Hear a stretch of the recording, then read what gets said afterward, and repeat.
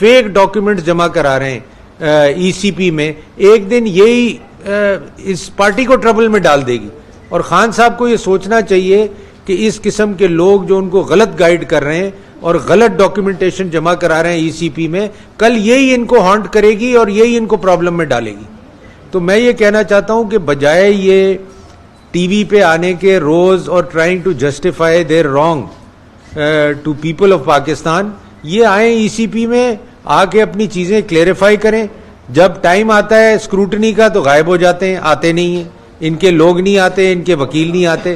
اور سب سے انٹرسٹنگ بات جو ہے, جو آپ لوگوں کو بھی دیکھنی چاہیے, کہ اکبر بابر صاحب جو ہیں, جو پی ٹی آئی کے آدمی ہیں جنہوں نے ان پہ کیس فائل کیا, ابھی تک کسی اور پارٹی نے پی ٹی آئی کے اوپر کیس فائل نہیں کیا.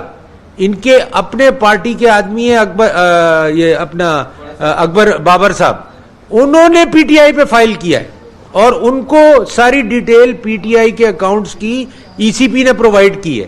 اور انہوں نے ان کے, اور he is one of the person who used to collect donations from P T I for P T I, اور انہوں نے 2 چارٹرڈ اکاؤنٹنٹس بھی انوالو کیے.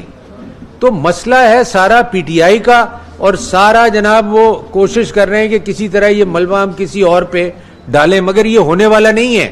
یہ ملبہ پی ٹی آئی پہ ہی گرے گا, اور اگر اس کو صحیح طرح ہینڈل نہیں کیا تو میں سمجھتا ہوں P T I is in serious trouble in foreign funding and will face serious consequences of this foreign funding. دوسرا جی میں آ جاؤں آپ کے یہ ہمارا جو فیوریٹ سبجیکٹ ہے نیب کے اوپر, کہ آپ نے دیکھا کہ جو ہم نے جدوجہد شروع کی اس کا اینڈ میں گورنمنٹ نے اس کو ریئلائز کیا اور اس پہ آرڈیننس نکالا. کچھ ہی دنوں پہلے یہ آرڈیننس آیا آپ کے سامنے, اور ظاہر سی بات ہے جب بھی ون سائیڈڈ لیجسلیشن ہوتی ہے تو اس کو سب چیلنج کرتے ہیں, اور رائٹلی سو ہر پارٹی نے اس کو چیلنج کیا ہے, اور ہم اسمبلی میں بھی اس کو ریجیکٹ کریں گے, اور کورٹس میں بھی پٹیشنز ہو گئی ہیں. اب یہی آرڈیننس, یہی امینڈمنٹ اگر آپ اپوزیشن کے ساتھ بیٹھ کے لے کے آتے تو میں سمجھتا ہوں کہ یہ پاس بھی ہو جاتا اور اس کو اپریشیٹ بھی کیا جاتا. اب آپ جب رات کو 12 بجے 2 دن پہلے نیب کے چیئرمین کی ٹرم ختم ہونے سے پہلے آرڈیننس نکالتے ہیں اور ان کو ایکسٹینشن دیتے ہیں, اس کا کیا مطلب ہے؟ اس کا صرف یہی مطلب ہے کہ آپ کچھ لوگوں کے لیے یہ آرڈیننس نکالنا چاہتے ہیں, کچھ لوگوں کے جو کیسز چل رہے ہیں ان کو آپ کور کرنا چاہتے ہیں. اور یہ چیزیں کرنے کی بجائے اگر آپ بیٹھ کے اپوزیشن کے ساتھ پراپر طریقے سے امینڈمنٹ لاتے بل میں تو اپریشیٹ بھی ہوتا, لوگ بھی اپریشیٹ کرتے کہ گورنمنٹ کو ریئلائز ہوا جو باتیں ہم کر رہے تھے وہ صحیح تھی, لوگوں کے ساتھ ظلم کر رہی ہے یہ ادارہ, لوگوں کو تباہ کر رہی ہے, لوگ خودکشیاں کر رہے ہیں, لوگ جیلوں میں رول رہے ہیں جن کا کوئی قصور نہیں ہے, پرائیویٹ ٹرانزیکشنز میں نیب گھسی ہوئی ہے, پرائیویٹ سوسائٹیوں میں نیب گھسی ہوئی ہے. اور سب سے بڑی بات جو ہے جو مجھے بہت اچھی لگی کہ پریزیڈنٹ الوی نے کہا کہ کرپٹ افسران ٹالریٹ نہیں کیے جائیں گے نیب میں. تو میں خود جا کے الوی صاحب کو آپ کے تھرو یہ کنوے کرنا چاہتا ہوں کہ میں دوں گا ان کو ایویڈنسز کہ اس نیب کے کون کون سے افسران کرپٹ ہیں اور انہوں نے کیا کیا کرپشن کی ہے, تاکہ ان کو پتہ چلے کہ یہ ادارہ لوگوں کے ساتھ کیا کرتا رہا ہے. اور یہ جو کہتے رہتے ہیں کہ جی ہم نے اتنے پیسے جمع کر دیے, کھربوں روپے کا انہوں نے نقصان کر دیا ہے پاکستان کا. یہ جو 500 بلین اور 200 بلین کی بات کرتے ہیں, میں تو سمجھتا ہوں کہ انہوں نے کھربوں روپے کا نقصان کر دیا ہے پاکستان کا, اور پاکستان کی 3 سال میں, اسپیشلی ان 3 سال میں کوئی پروگریس نہیں ہو سکی ان کے اس ادارے کی وجہ سے. تو میں سمجھتا ہوں کہ یہ آرڈیننس پہ ابھی بھی بیٹھ کے اپوزیشن سے بات کی جائے, اور یہ آرڈیننس ریجیکٹ نہ ہونا چاہیے, اور اس میں جو بھی فردر امینڈمنٹس کرنی چاہیے اپوزیشن کے ان پٹ سے اس کو صحیح کرنا چاہیے, تاکہ اس سے لوگوں کو بینیفٹ ہو, اور لوگ جو نیب میں پھنسے ہوئے ہیں بلا وجہ ان کو نیب سے نجات ملے. اب میں جی ہینڈ اوور کرتا ہوں پلوشے کو, شی ول brief you on issues. G